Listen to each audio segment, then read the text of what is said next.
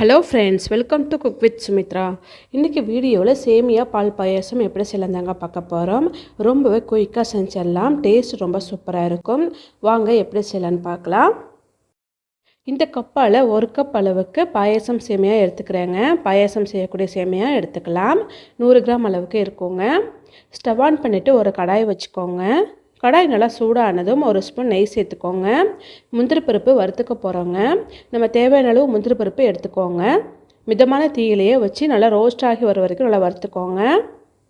முந்திரி பருப்பு கூடவே காஞ்ச திராட்சை இருந்தாலும் சேர்த்துக்கலாம். நான் இன்றைக்கி முந்திரி பருப்பு மட்டும்தாங்க சேர்த்துக்கிறேங்க.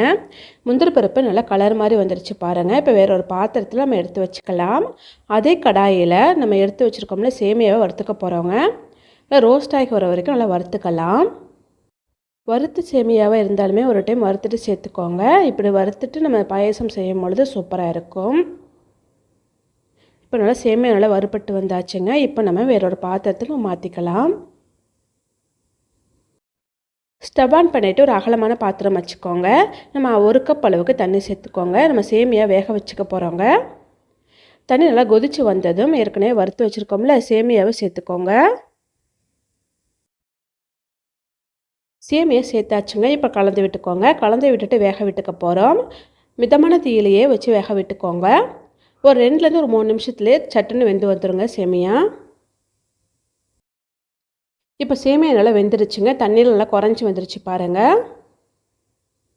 இப்போ நம்ம பால் சேர்த்துக்க போகிறோங்க. 1/2 லிட்டர் பால் நல்லா காய்ச்சி ஆற வச்சு சேர்த்துக்கோங்க.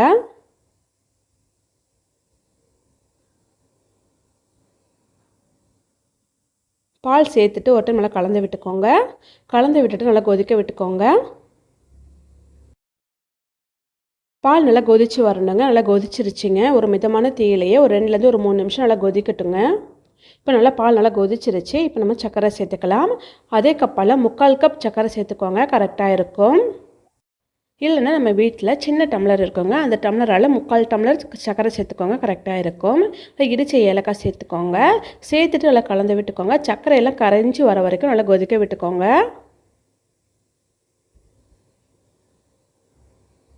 இப்போ சர்க்கரையெல்லாம் நல்லா கரைஞ்சி கொதித்து வந்துருச்சுங்க. இப்போ நம்ம ஏற்கனவே வறுத்து வச்சுருக்கோம்ல முந்திரி பருப்பு சேர்த்துக்கோங்க. இல்லை சேர்த்துட்டு நல்லா ஸ்டவ் ஆஃப் பண்ணிடலாங்க. ஆஃப் பண்ணிவிட்டு ஒரு பிஞ்ச் அளவுக்கு உப்பு சேர்த்துக்கோங்க. உப்பு சேர்த்து நம்ம செய்யும் பொழுது பாயசம் இன்னுமே சுவை அதிகமாக இருக்குங்க.